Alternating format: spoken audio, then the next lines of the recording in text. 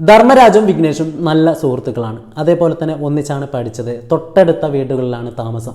അങ്ങനെ സന്തോഷത്തോടെ തന്നെയായിരുന്നു ഈ രണ്ട് പയ്യന്മാരും മുമ്പോട്ട് പോയിക്കൊണ്ടിരുന്നത്.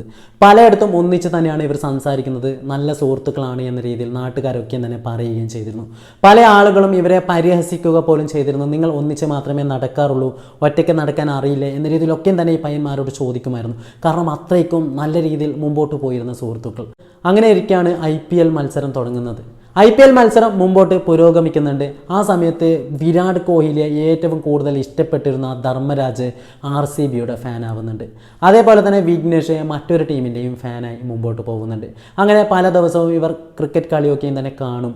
പക്ഷേ ഇങ്ങനെ ക്രിക്കറ്റ് കളി കാണുന്ന സമയത്ത് വിരാട് കോഹ്ലിയെ ആരെങ്കിലും എന്തെങ്കിലും പറഞ്ഞാൽ കൃത്യമായ രീതിയിൽ ദേഷ്യം വരുന്ന, വിരാട് കോഹ്ലിയെ ഒരുപാട് ഇഷ്ടപ്പെടുന്ന ഒരു വ്യക്തിയായിരുന്നു ധർമ്മരാജ്. അങ്ങനെ മുമ്പോട്ട് പോകുന്നുണ്ട്. അങ്ങനെ ഈ പയ്യൻ്റെ ടീമും അതേപോലെ തന്നെ ഈ വിരാട് കോഹ്ലിയുടെ ടീമും ഒരു ദിവസം മത്സരിക്കുന്നുണ്ട്. ആ മത്സരത്തിൽ RCB തോറ്റു പോകുകയും ചെയ്തു.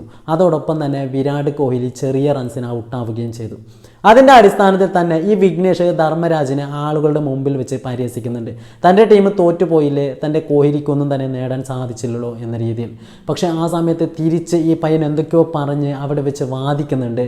പക്ഷേ വാദിക്കുന്ന സമയത്ത് മറ്റുള്ളവരൊക്കെയും തന്നെ ഈ പയ്യനെ കളിയാക്കുകയും ചിരിക്കുകയും ചെയ്തു.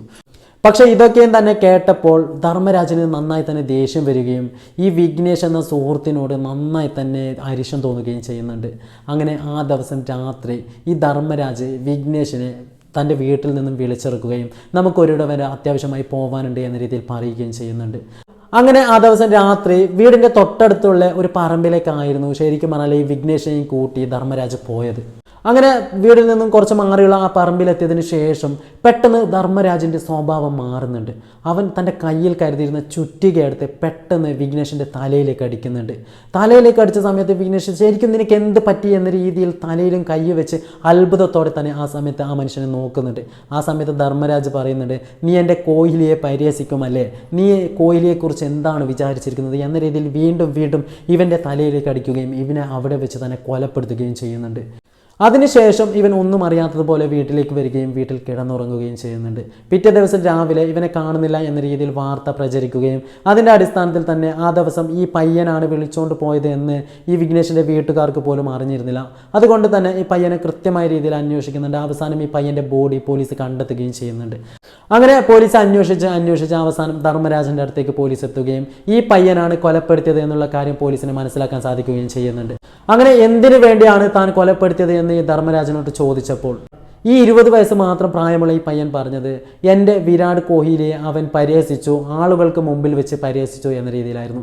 അതായത് സ്വന്തം സുഹൃത്താണ്, ചെറുപ്പം മുതലേ ഒന്നിച്ച് മാത്രമാണ് ഇവർ പഠിച്ചത്, ഒന്നിച്ച് മാത്രമാണ് വളർന്നത്, ഒന്നിച്ച് കളിച്ച് വളർന്ന നന്നായി തന്നെ ആളുകളെ അത്ഭുതപ്പെടുത്തിയ രണ്ട് സുഹൃത്തുക്കൾ ഒരിക്കൽ പോലും നേരിൽ കണ്ടിട്ടില്ലാതെ ഒരു മനുഷ്യന് വേണ്ടി സ്വന്തം സുഹൃത്തിനെ ഈ പയ്യൻ കൊലപ്പെടുത്തി എന്ന് പറയുമ്പോൾ എല്ലാവരെയും തന്നെ അത്ഭുതപ്പെടുത്തുകയും ഞെട്ടിപ്പിക്കുകയും ചെയ്തു.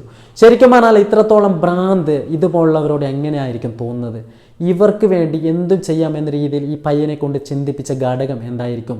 ചില സമയത്ത് ഈ പയ്യൻ അച്ഛനെയും അമ്മയെയും ആരെ വേണമെങ്കിലും കൊല്ലും കോഹ്ലിയെ എന്തെങ്കിലും പറഞ്ഞാൽ എന്ന രീതിയിലേക്കാണ് കാര്യങ്ങളുടെ പോക്ക്. എന്തു തന്നെയായാലും പലയിടത്തും ഇതുപോലുള്ള മന്ദബുദ്ധികളുണ്ട്. പലയിടത്തും ഇതുപോലെ സെലിബ്രിറ്റികൾക്ക് വേണ്ടി സ്വന്തം സുഹൃത്താണെന്നോ സ്വന്തം അച്ഛനാണെന്നോ സ്വന്തം അമ്മയാണെന്നോ നോക്കാതെ പ്രതികരിക്കുന്ന, കൊല്ലാൻ വരെ തയ്യാറാവുന്ന ഒരുപാട് ആളുകൾ ഈ സമയത്തൊക്കെ തന്നെ വളർന്നു വരുന്നുണ്ട് എന്നതിന് തെളിവും കൂടിയായിരുന്നു ഈ പയ്യൻ്റെ ജീവിതം. പിന്നീട് ഈ പയ്യനെ പോലീസ് പിടികൂടിയതിന് ശേഷം കോടതി ഈ പയ്യന് ജീവപര്യന്തം ശിക്ഷ വിധിക്കുകയും ചെയ്തു. ഇപ്പോഴും ഈ പയ്യൻ ജയിലിൽ തന്നെയാണ് ഉള്ളത്. എന്തു തന്നെ ആയാലും സ്വന്തം ജീവിതവും സ്വന്തം സുഹൃത്തിൻ്റെ ജീവിതവും ഇവൻ്റെ ഭ്രാന്ത് കാരണം നഷ്ടപ്പെട്ടു പോവുകയും ചെയ്തു.